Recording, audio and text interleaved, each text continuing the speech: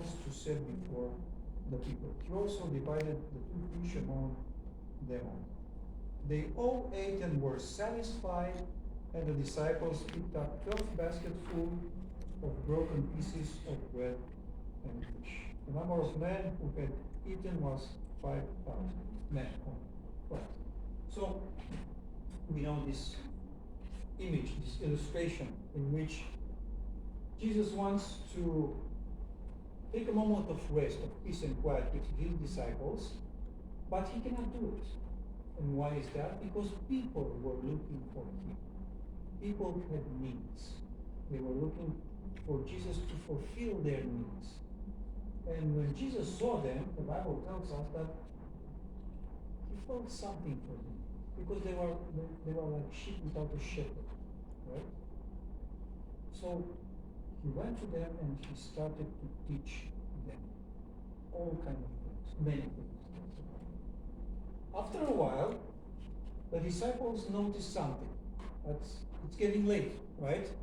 And the people need to go and eat because there was maybe supper time. I don't know.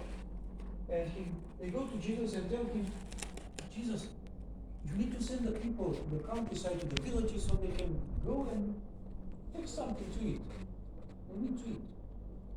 What was the purpose? They really wanted the people to eat, or they wanted the people to go away so they can rest? I don't know. And Jesus tells them, no, why should I send the people when you can give them something to eat? And the disciples, what do they say? Maybe they start to put on the numbers and say, oh, this is too much, there are too many people here. Maybe we need the wage of 8 months, right? So we can pay for all of them to eat. They kind of knew, the costs of feeding that amount of people. And what did Jesus tell them? Right? Jesus tells them,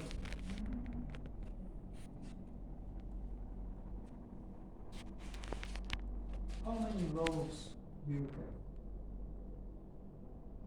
He doesn't say anything else. Not, okay, find the money to go there, buy something, or I don't know, anything else. He just asked them, how many loaves? How much bread do you have? And the disciples are looking, and they come in front of Jesus. We have this image in the Bible for children, not only there is a small child, right, who comes with a basket with 5 loaves and 2 fishes, right, in front of Jesus, and there is a crowd there, and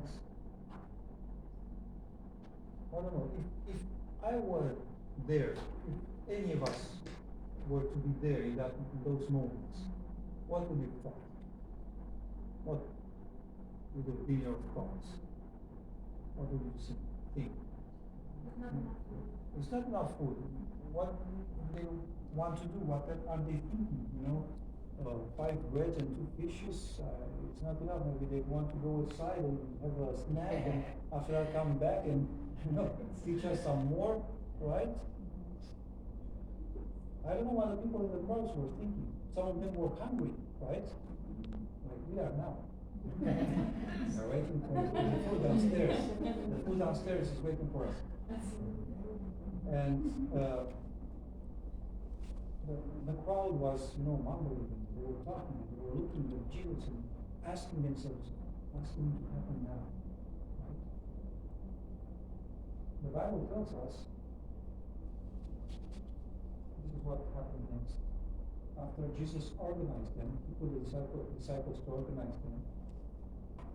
He took the food and he looked up to heaven. He gave thanks and broke the loaves. It's interesting. This is what the Bible tells. He gave thanks. He didn't say, God, please multiply. He gave thanks. Maybe, in the Hebrew language, it's different. It means something more. but he gave thanks for the small amount of food that he found. And after that, he told the disciples, he broke the bread and the fish, the loaves and the fish, and gave it to the disciples and told the disciples, go and feed the people. No, I'm trying to imagine, this image. 5 breads and 2 fish. How did they multiply? We have a scientific explanation for this event, for this. Sorry? It's a miracle, actually. I'm thinking about it. When Jesus is breaking the loaves, he's not stopping, he's breaking them continually until everyone has something to eat, and the fish also. But for us who are reading this, the things that happened back then, we have a question mark, right? How did it happen? We know it's a miracle. And why did this happen in that situation? What was the purpose of this? Maybe to teach the disciples something, or maybe to teach us something, and to help us understand that God is the one who provides. God is the one who takes care of our needs. He is the one who can multiply the small amount that we have. He is the one who can do something great out of something small. Right? This is our God. Many times we forget about this, that God has this power, this characteristic of changing something, of doing something great out of something small. Right? Only 5 breads and 2 fish. Maybe we can eat 2 persons. I don't know. 1 fish for me, 1 fish for Dimitri. And a couple of, maybe the breads were small, just the 2 of us, and that's all. But 5,000 men, plus the wives and the children, that's great. It's a miracle. There is something I want each one of us to learn from this experience. First of all, many times God puts us at test, He told the disciples, you feed them. He knew that the disciples were not able to feed the people. He knew that. But still, he told them, he asked them, you feed the people. And the disciples, what did they thought about? They didn't thought about asking Jesus, God, Jesus, you do it, you have this power. No, they thought about money. The money they needed, the amount of money they needed to provide for everyone, right?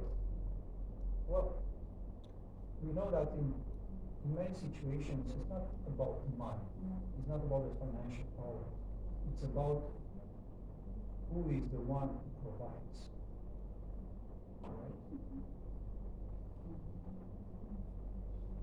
They brought the 5 breads and the fish, and they brought it to Jesus. And Jesus didn't say anything. Oh, it's not so much. He didn't say anything. He just took them. He looked up to heaven, because that's the place, that's the source of the miracle, right? That's where everything comes from God. He gave thanks for the small amount of food. I think even if he had only 1 bread, it would have been enough for him to multiply, right? Only 1 bread, or just 1 fish. It would have been enough for Jesus to make a miracle and feed all those people. He gave thanks. Thank you even for this. It means gratitude. Even if it's not much, you should always be thankful for the things that you have. Even if you don't have money, even if you don't have 1 million euros, right? Even though we are not rich, we should be always thankful for the things that we have. Because God knows all of our basic needs, not just basic needs, but all of our needs. He knows them. and He is ready to multiply and to provide everything that we need. But we have to think about the context in which this miracle happens. God wanted to feed the people, right? And everything that happened was for His glory, for the people to see that He is the one who can provide, He is the one who can fill, He is the source of everything that's good. And after they finished eating, it's interesting what the Bible says. It says, they all ate and were how? Satisfied. Oh, satisfied. 5,000 men, lots wives and children, they ate from 2 fishes and 5 loaves of bread, and they were satisfied. Ironic, right? I mean, not ironic, but how do we explain that? And the disciples picked up 12 basketfuls of broken pieces of bread and fish. And it still remained. Well, this is our God. Not only that He gives us, but He gives us so much that sometimes remains. Right? He gives more than we deserve. Sometimes He gives more than we need. Right? Just to show us that whenever we ask Him, He will provide for us. Let's not forget, but always keep in mind that we have a God who knows our every thought. He knows that He can provide for us, even though sometimes we do not know what to do with the things that we have. There is a God, we have a God that out of something small, He can create or do something big. Even if sometimes we see our lives as being, not so meaningful, not so, big like other people have, right? A job, a wonderful job, and so on, but just something small. Let's not forget that God can make out of these small things something great. If we let Him. Right? If we let Him. So, what will we answer? What will we answer if Jesus would come to us today and say, okay, I have a group of people there, refugees, who need to be fed, right? What will you say? Oh God, I have on my cart, I have 1,000 clay, I think it's enough to feed them. Or say, let's pray.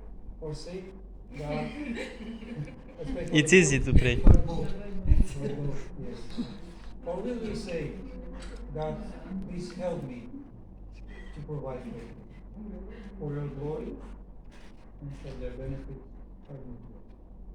Let's not forget we have a God who can provide for us, who can make something big out of something small, and most of all, always look up.